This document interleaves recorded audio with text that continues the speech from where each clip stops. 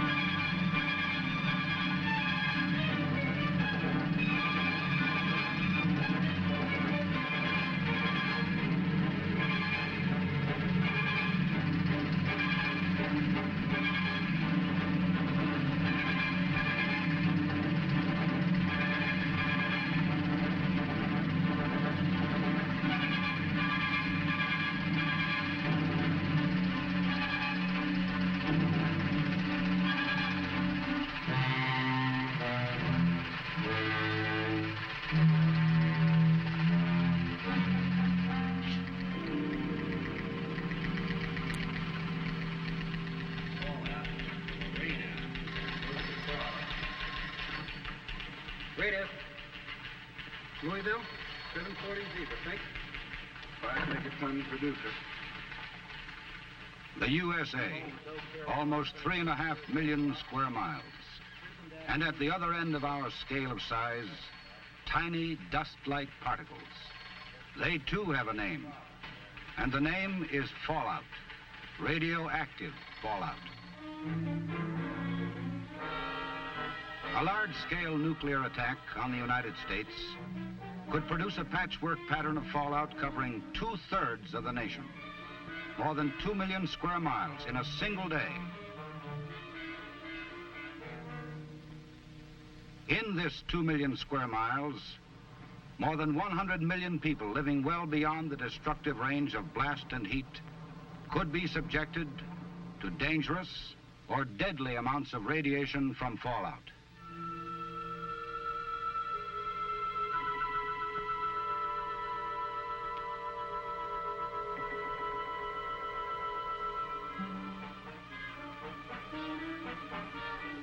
Carried upward 15 miles or more by the mushroom cloud, spread laterally by shifting winds at all altitudes, fallout from a single thermonuclear blast could severely contaminate a 60-mile strip downwind from ground zero. 1,200 square miles within an hour of explosion. 4,000 square miles in 6 hours. All of us, even in small towns and on farms, live within fallout range of a likely target. Furthermore, since these targets are often only a few hundred miles apart, fallout patterns can overlap, intensifying the danger. How do we know all this? From practical experience.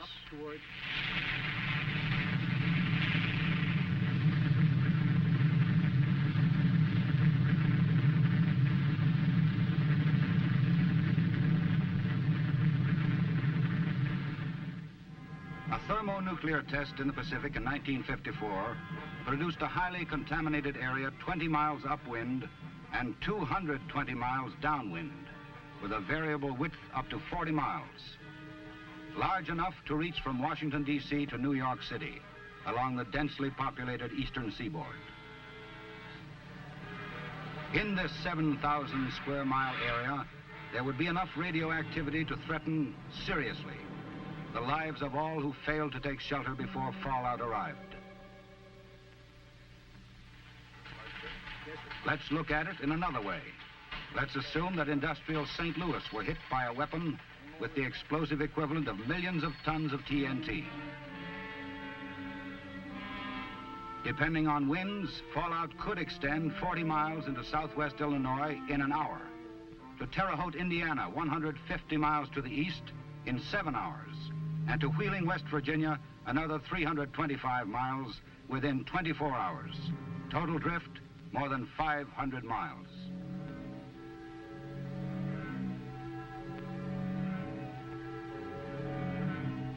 Civil defense tests have brought the problem into sharp focus. In one exercise, an imaginary force of 500 bombers severely damaged this country's key industries. Yet, effects from fallout posed a more serious threat to the nation's survival than did the devastating but more localized effects of blast and heat. Let's examine some of the problems. Although most sources of water are located well outside of big cities, the wide drift of fallout could cause serious contamination of our surface water supplies. Fallout from a nuclear attack could gravely affect the nation's agriculture. Food supplies in fields or in open storage could become dangerously contaminated. Possibly they could be recovered for later use. But what about future harvests? They too could be dangerous if grown in seriously contaminated soil. Cattle, horses, and sheep might have to be kept out of pastures for a long time.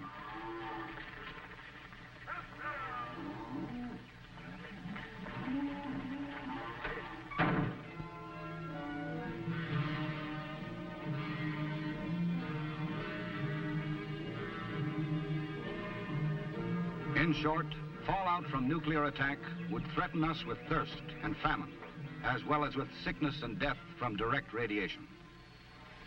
That is why our survival as a nation can depend on how well we prepare to defend ourselves against radioactive fallout.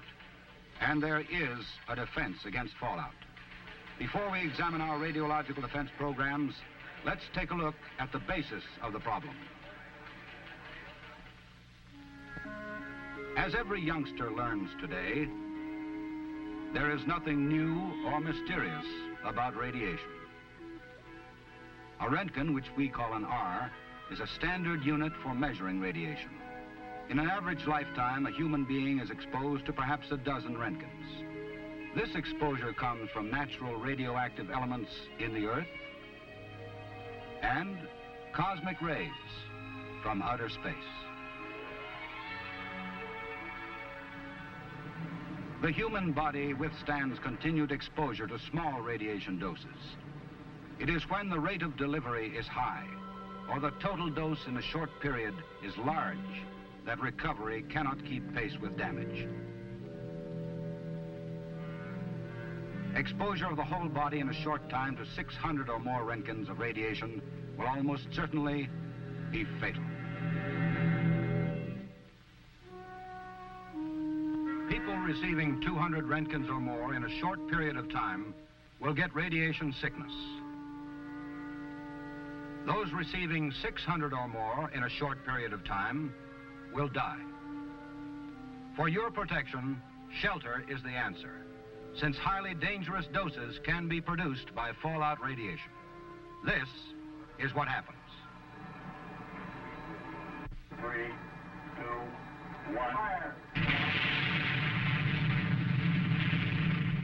About 85% of a nuclear weapon's energy results in light, heat, and blast.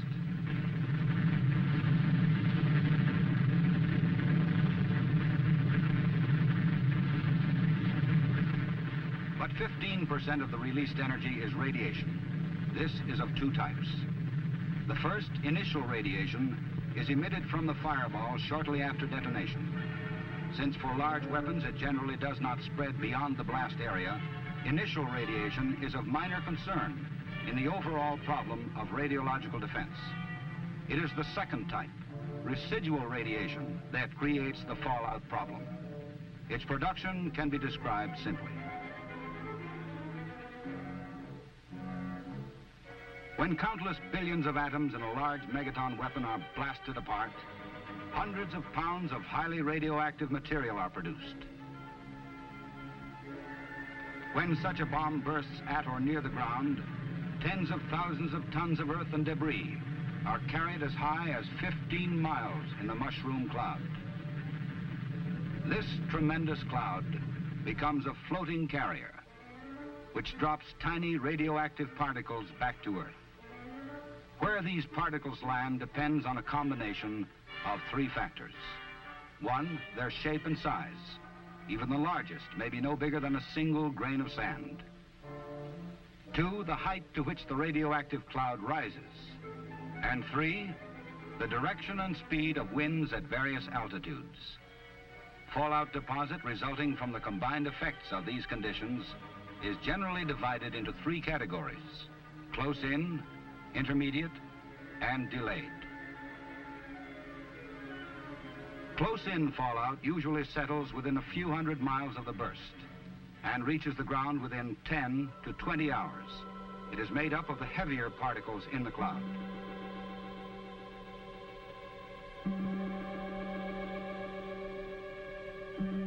Intermediate fallout descends within a few weeks of the detonation. Since the particles are small, they remain in the air for weeks, covering many thousands of square miles. Sometimes they are driven to Earth by rain or snow. Delayed fallout is composed of very small particles that may drift completely around the Earth several times and may not descend for months or years.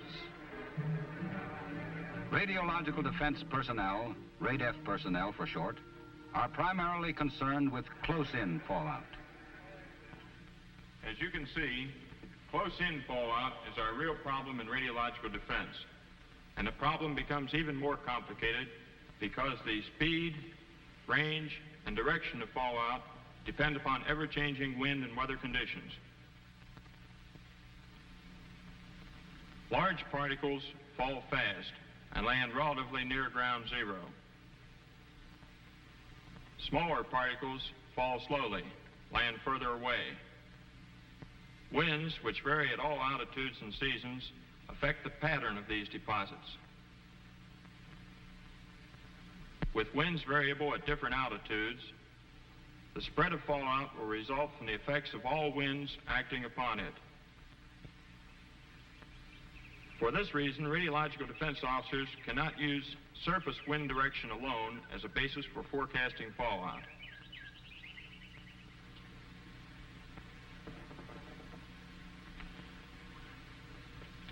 Radioactive materials decay with time. You might say they cool down.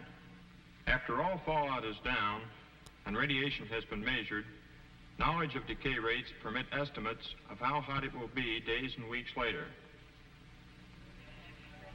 With this information, civil defense can estimate when it will be safe to evacuate or to leave shelter.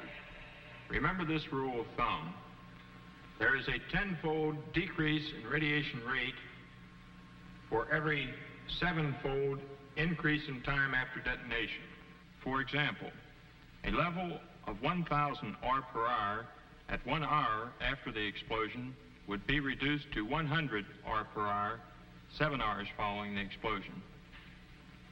At 7 times 7 hours, or in 2 days, the level would be down to 10 R per hour. At 7 times 49 hours, or at the end of 2 weeks, the level would be reduced to only 1 R per hour. But remember, until decay reduces radiation to tolerable levels, there are only 2 safeguards against it: distance,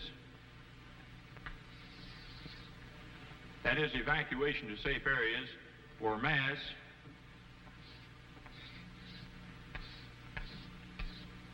which is shelter. Underground shelters covered by at least 3 feet of earth, or basement shelters of the types recommended by civil defense, will give substantial protection. This is why we believe that most people who live beyond the areas destroyed by blast and heat can survive fallout if they will follow civil defense instructions. As serious as fallout is, we can cope with it through action as individuals and through an effective radiological defense program. An active program carried on by federal, state, and local governments. At the federal level, representatives of many agencies meet regularly to perfect methods of collecting and analyzing fallout information, and to find the best means of advising our states and communities about fallout conditions after a nuclear attack.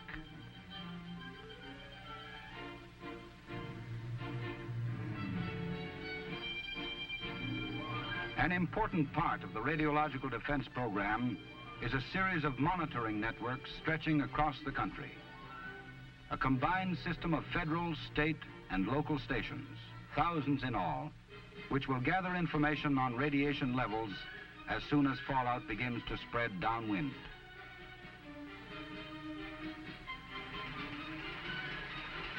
On the basis of this information, transmitted by top priority communications of every type from coast to coast, early, effective action for our protection would begin at state and local levels.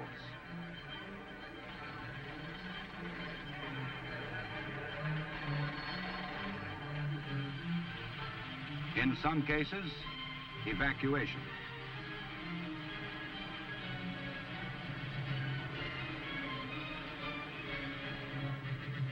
In most cases, shelter. The federal monitoring network at Weather Bureau stations, Federal Aviation Agency sites, Department of Defense Air Weather Service units, and other government organizations operates on a round-the-clock basis.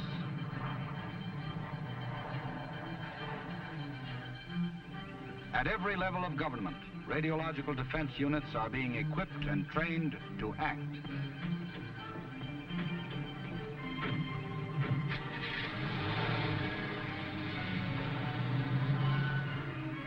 Fallout forecasts, issued several times daily by Weather Bureau stations, will be useful in estimating local fallout areas if we are attacked.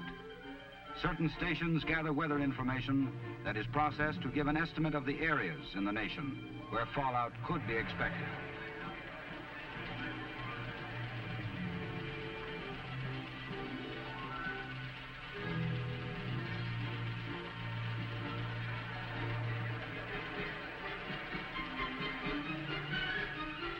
Sent over a vast teletype network to civil defense and other offices throughout the nation, the coded information is charted on maps to show sections threatened by fallout. Lines on the map show where and when the fallout is likely to arrive. At all civil defense regional offices, radiological defense personnel help state RADEF staffs in their regions. Regional officers arrange for the distribution of training kits, supervise the contribution of federal funds to state RADEF work, set up RADEF training in their regions, and coordinate RADEF activities of all federal agencies in the region. This is important enough to have sufficient copies of both Midwest, leaking because of rain out, increasing radiation intensity here in Ohio and western Kentucky. After an attack, the regional RADEF staff will collect, analyze, and evaluate all fallout information received from the states, and will coordinate the flow of information to and from federal and state control points.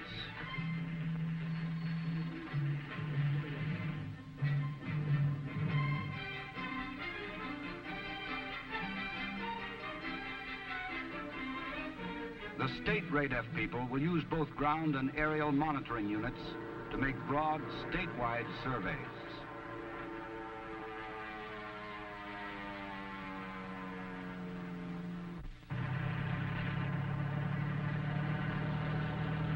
Entire highway systems and key transportation routes, major industrial and supply sites, as well as urban and rural areas, will be checked as rapidly as personnel safety permits.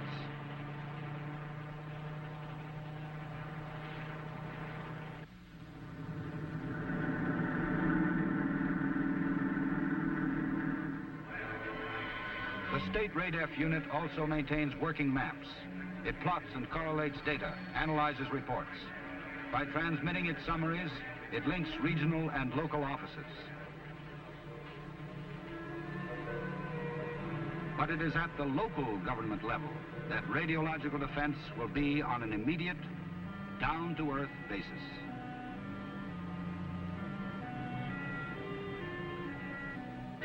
Local RADEF will perfect and test detailed plans for operations. Keep all equipment in readiness condition. Train and rehearse operating crews so they too will be ready. It will set up communications between its units and for liaison with state RADEF organizations. When an attack warning sounds, local survival plans go into effect.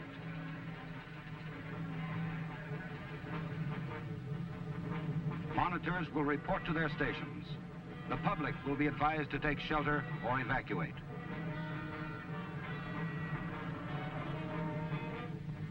After attack, first reports of radiation measurements will come from sheltered monitoring stations.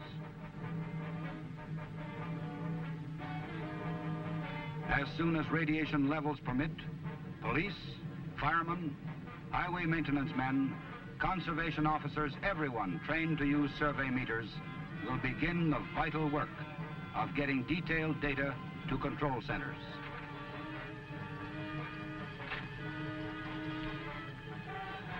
From this information, current situation reports will be prepared.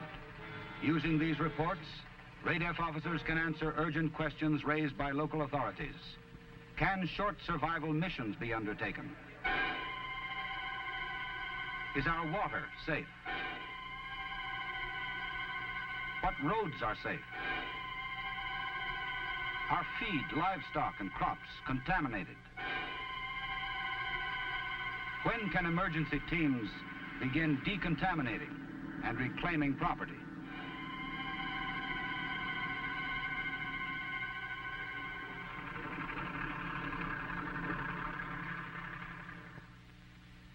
When will radiation die down enough to make it safe for people to leave shelters for brief periods and for utilities to be put back into service?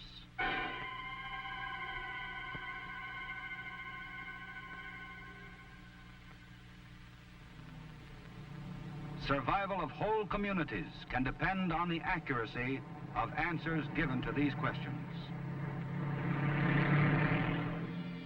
Local RADEF plans also cover places where people work. Employers must shoulder their responsibilities by providing fallout shelters for workers. At work and at home, everyone must understand the hazards of fallout and the value of shelter. Every family must provide for its own survival for at least 2 weeks. Since radiation levels outside would often be deadly, fallout shelters will protect the most people. Both the underground and indoor basement shelters recommended by Civil Defense can be very effective. They must be stocked with a 2-week supply of food and water.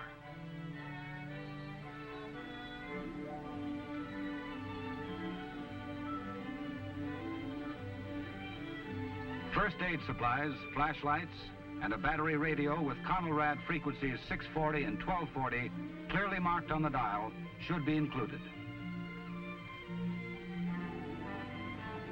Factories, offices, apartment houses, and schools all must provide shelters. Remember, too, that personal decontamination is important. Fallout particles can be brushed from clothing and washed from skin.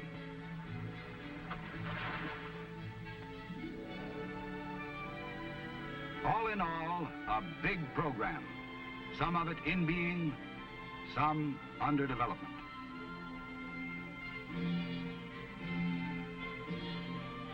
But it takes action to fulfill this program. Radiological defense training is being expanded. First priority, train more instructors. At 3 national centers, in classrooms, on calibration ranges, learning theory and practice, more than 2,000 adult students each year are taking basic or advanced courses. Courses that will qualify them to instruct classes back home. A total of 600,000 monitors must be trained to make radiological defense effective in every community. To support this program, radiation survey meters are being distributed widely. These instruments, which measure radiation levels in terms of Roentgens or milliroentgens per hour, are the backbone of radiological defense. In addition to survey meters, dosimeters, instruments which measure total doses of radiation, are being distributed to the states and federal agencies. Radiological defense instrument kits for use in science classes are being distributed to 15,000 high schools throughout the nation. With the aid of this equipment, our young people will acquire a better understanding of radiation and will be better prepared to contribute to the nation's RADEF effort. Improved radiation measuring instruments and multiple-purpose computers are being designed, built, and tested. An intensive public education program to tell the American people about radioactive fallout and shelter is underway.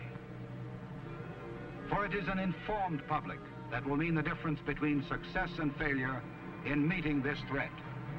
Informed people in homes and factories and offices must know their personal responsibilities for shelter and protection. Informed officials at all levels of government, from Washington, D.C. to the smallest town council, must understand the RADEF program and help make it work if the people of the nation are to survive.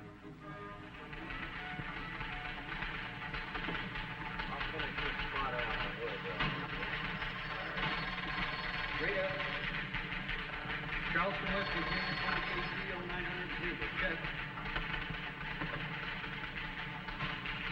Our efforts now to build a workable radiological defense will pay off richly by helping to deter aggression and by saving countless lives if nuclear attack should come.